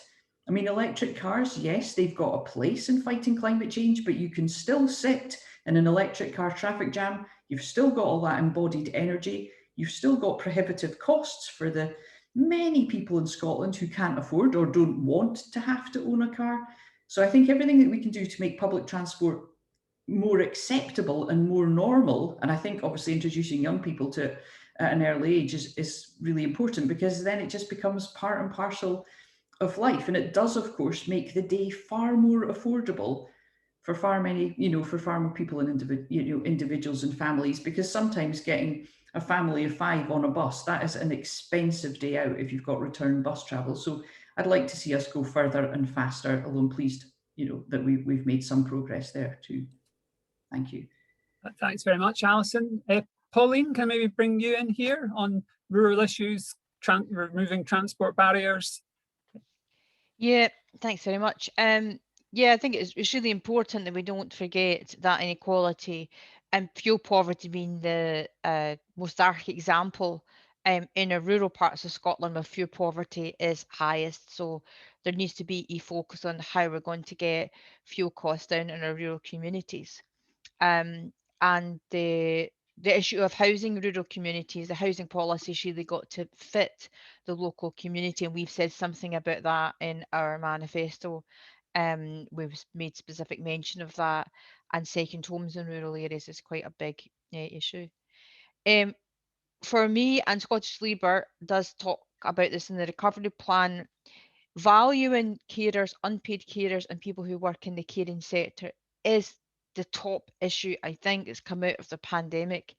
And I think with Angela, who talked about occupational segregation and the number of women who work in these services who don't get paid and therefore don't appear to be valued the way that they should. So we've made a commitment to improving social care pay, and I think that's quite important. I think there's probably a broad consensus on that too. And yes, to Jamie Livingston's question, you would be happy to sign up to a national outcome around that. I think if we want to improve the focus on carers, then I think we do need to have a framework for that. On transport, for me, I mean, I'm a Glasgow candidate. I've been a Glasgow MSP. We are not ambitious enough on public transport, and I'd certainly like to see a much bigger rail commitment in Glasgow. I mean, I have supported the Crossrail project for over 10 years. Something like as big as that is needed in a city like Glasgow, and of course it would serve the west of Scotland. Just lastly, the area that I think is of deep concern is the inequality that has arisen in our education system. I mean, I just pick up my mailbag of school pupils writing to me concerned about their school and the way that they're sitting exams or not sitting exams. Lots of children still don't have access to laptops or digital connectivity. I mentioned tutoring in my opening. I mean, it just seems to me to be so unequal if we don't for children, particularly from poorer families who don't have the means to support their children, whether other families have that additional support. You know, having money can make a difference in your life. I mean, I know this because one of the issues I've championed through the pandemic is what I fear is a two-tier dental system where poorer people who don't have the means at the moment because of the rules around NHS dentistry, and a lot of dentists are moving from NHS to private for a whole range of reasons.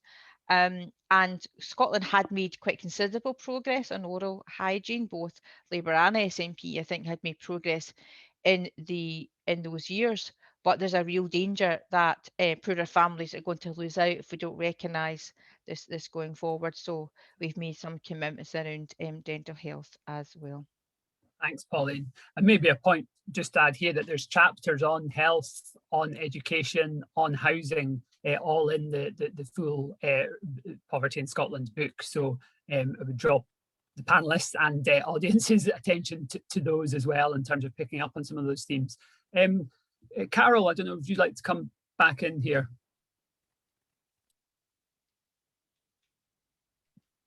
Yes, I'll just reply very briefly on those 3 points. On transport, we support extending free transport to other groups, but also I would make the point that there's no point in having a free bus pass if the bus actually isn't on a very good route or is very rarely in your area. So I would reiterate the point that we need local control of bus routes, and it shouldn't be left to private companies. On the carers issue, we've already said that we think the carers allowance should be increased because we do recognise the value of the work that they're doing. In relation to rural poverty, I always find this interesting. I think Scotland's the most interesting, most beautiful part of the United Kingdom, and yet we appear not to celebrate the wonderful topography that we've got, the Highlands and Islands. We actually make it difficult for people who live in those areas. We've got the well-known saga of the ferries, but it's other issues like not having access to broadband, not having enough housing, not enough employment. And I do find it quite depressing that Scotland doesn't treat our rural areas, the Highlands and Islands, the borders, in the same way that, say, a country like Norway treats its rural areas by taking active steps to put industries into these areas, jobs into these areas, and to look at housing. I'm just going to give one example of that. The Highlands and Islands Airports Authority, which run all the airlines obviously running to the islands and so on, have decided that they're going to centralise the air traffic control system. Now, all that does is pull good, well-paid jobs out of the airports that are situated out on the islands. And why on earth are we doing that? We actually have to look at more than just the economic impact of a decision. When we're looking specifically at rural areas, we have to look at the knock-on effect in the community. And I do find it depressing that Scotland just doesn't take that seriously enough. Thanks, Carole. Come to Kyle and then to Neil. Kyle. Yeah, thank you very much. Firstly, on rural poverty, our party has launched a special manifesto, particularly for rural areas. What we feel, across our manifesto commitments is we have to ensure that any investment in infrastructure, any job growth, reskilling can reach every part of Scotland, and that rural areas, shouldn't be left out. And I think, it's interesting that transport seems to be an area that we've kind of all touched on, because in rural areas in particular, I mean, I'm both a Glasgow boy in one half of my family, and also from the middle of rural Argyll in the other half.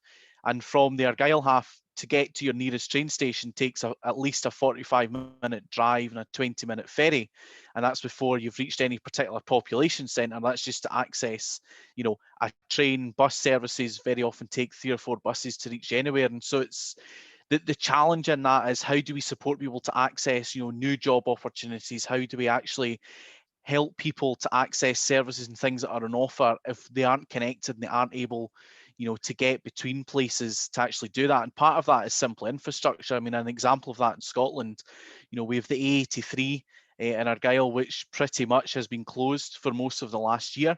It's had issues for the last 10 years. Really, there hasn't been we're only now getting to the point where there's an actual solution starting to be talked about.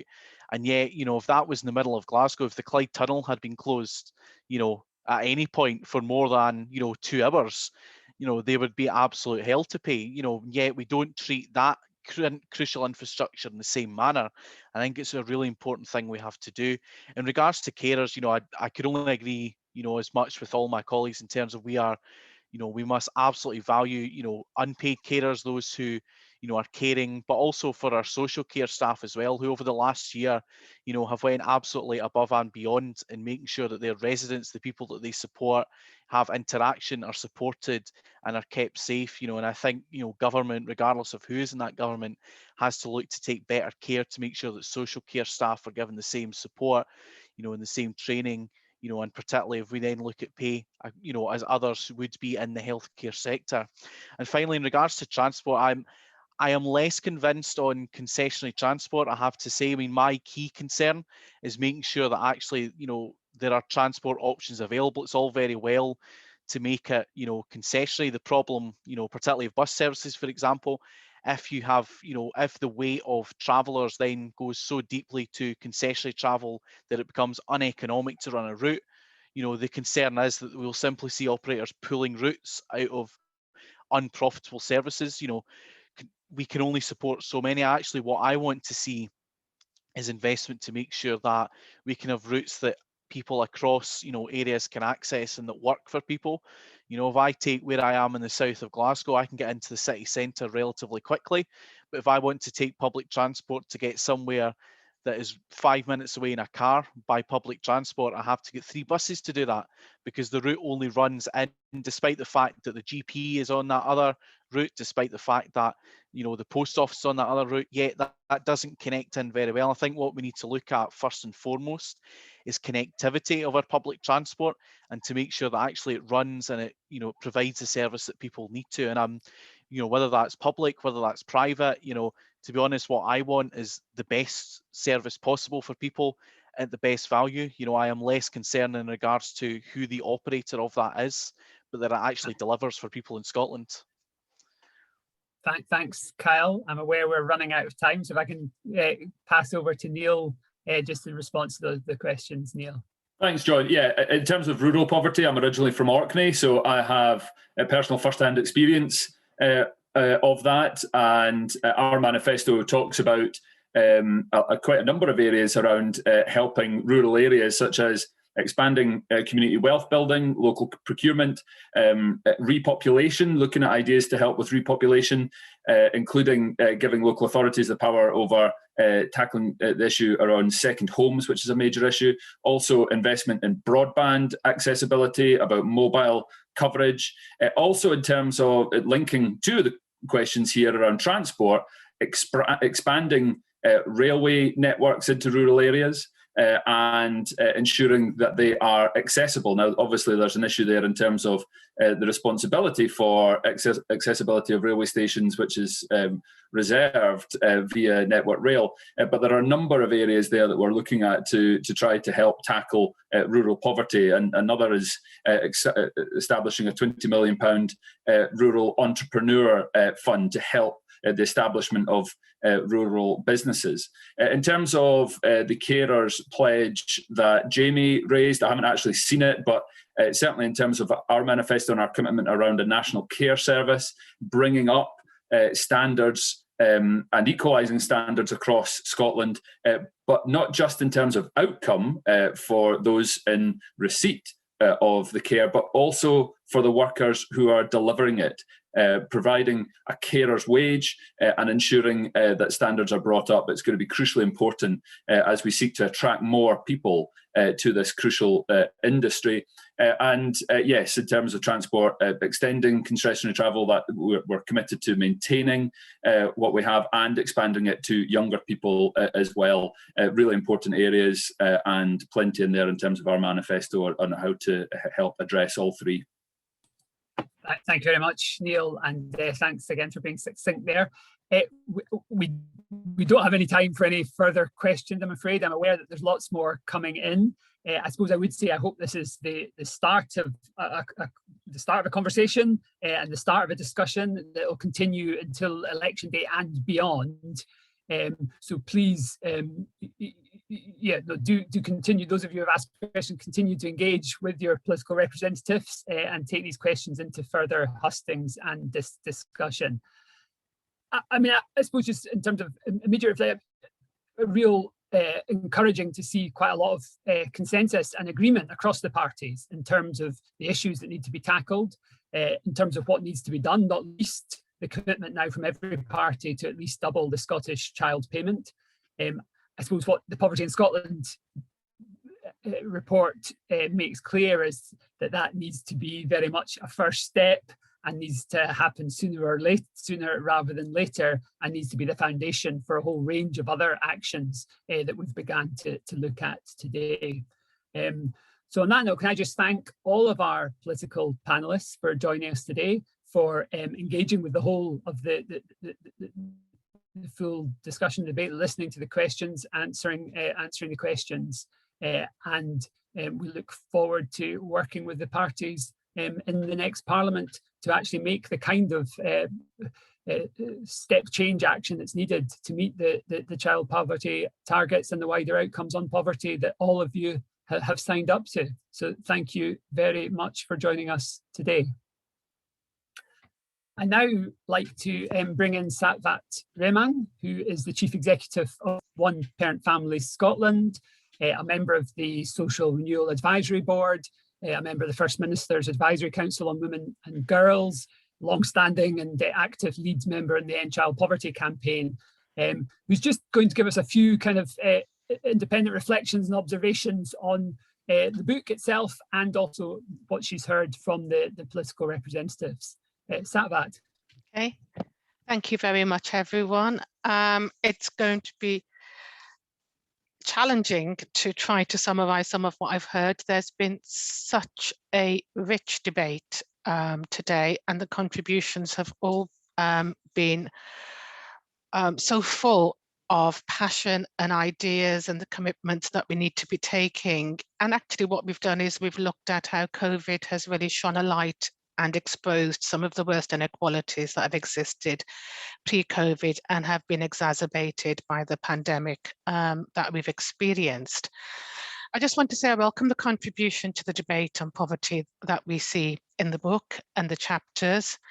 It highlights clearly what needs to be done, And that's been demonstrated by the speakers today. And I must say, what's also been hammered home is the complexity of the poverty and the experience of poverty, which we've heard today, and the need to focus on action that's comprehensive and that's coherent and is going to make an actual difference, but is situated and based on the experiences and recommendations from our sisters and brothers who are having to live in poverty, and that it affects all sections of the community, but we have to recognise the disproportionate impact of poverty across communities and geographies, as we've just heard as well, which is what makes the co-production and co-design of solutions so important. If we want to get this right, it has to be based on the experiences of the individuals living it now. Otherwise, we will miss things.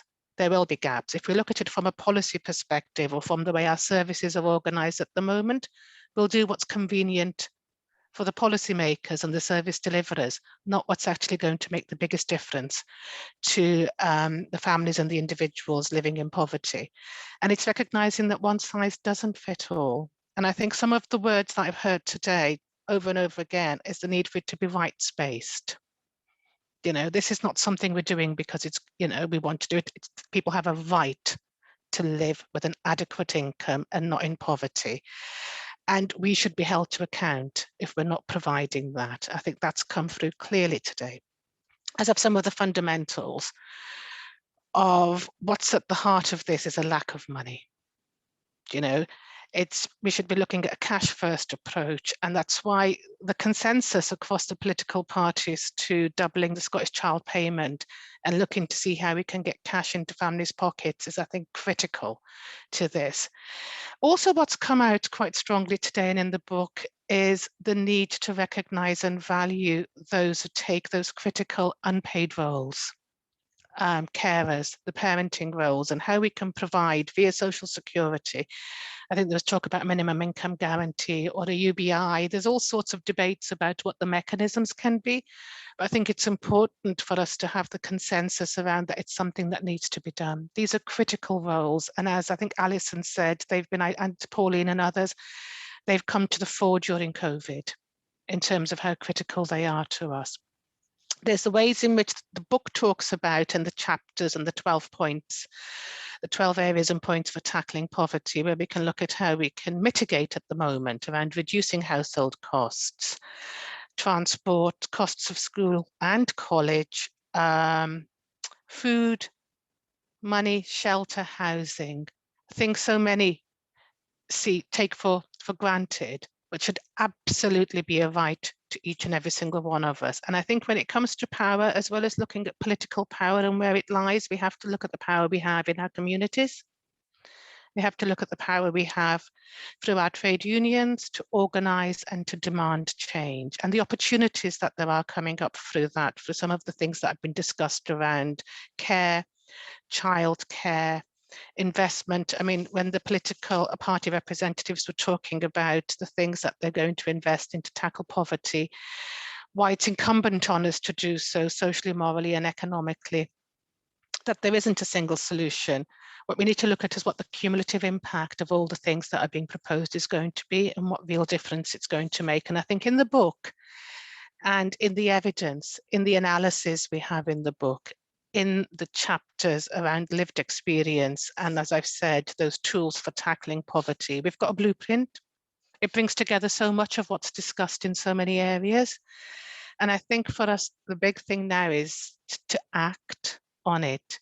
We've described, we've analysed, we need to understand, yes, that's critically important, but then we also need to show the actions and recognising, I think, within that, some of what we've heard around the intersections, looking at how inequalities intersect, making sure that we make the most of the data and evidence we have, but we also recognise what we don't have and look to see how we gathered that so we can disaggregate data. We can look at the impact on smaller populations and we can look at the intersections between it. And I think what's really come through is that what we need is whole system change that's rights-based and that's coherent, and we don't have one thing working against the other. And I think that came through very much so in what Jamie spoke in relation to climate change We need to make sure that all these big issues are being brought together and then poverty proofed.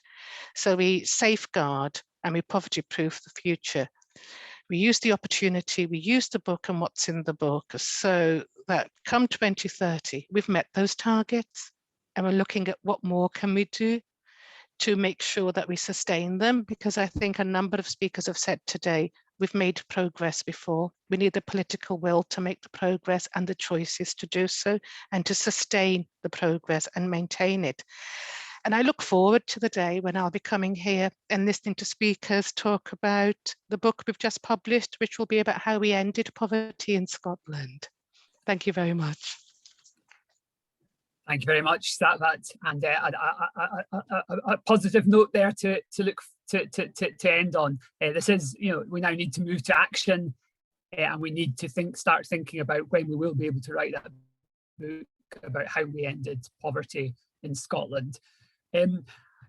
Just very briefly now to thank all the contributors to the event today, all the speakers, but also to all those who were authors and editors of the Poverty in Scotland book. Many of you haven't had a chance to talk about your contributions today, but there's a whole range of valuable chapters in the book, and we really are grateful to all the authors, many of you here today, for those contributions. Also like to thank particularly people behind the scenes at Poverty Alliance who have organised the platform for us to meet today. And for those within CPAG and our publications team who have pulled together the publication as well. So on that note, really just to thank you all for joining us. It has been heartening to see so many people willing to come together, wanting to come together, and to hear so many positive commitments from the politicians. It really is now, the clock is ticking. We have child poverty targets for 2023, 2024. The gap between where we are now and meeting those targets is large. We've already heard some very significant commitments that will help us get towards those, but more is needed. And on that note, I think I'll leave it. Thank you all very much for joining us today. Thank you to all our speakers, and all the best for the rest of the election campaign.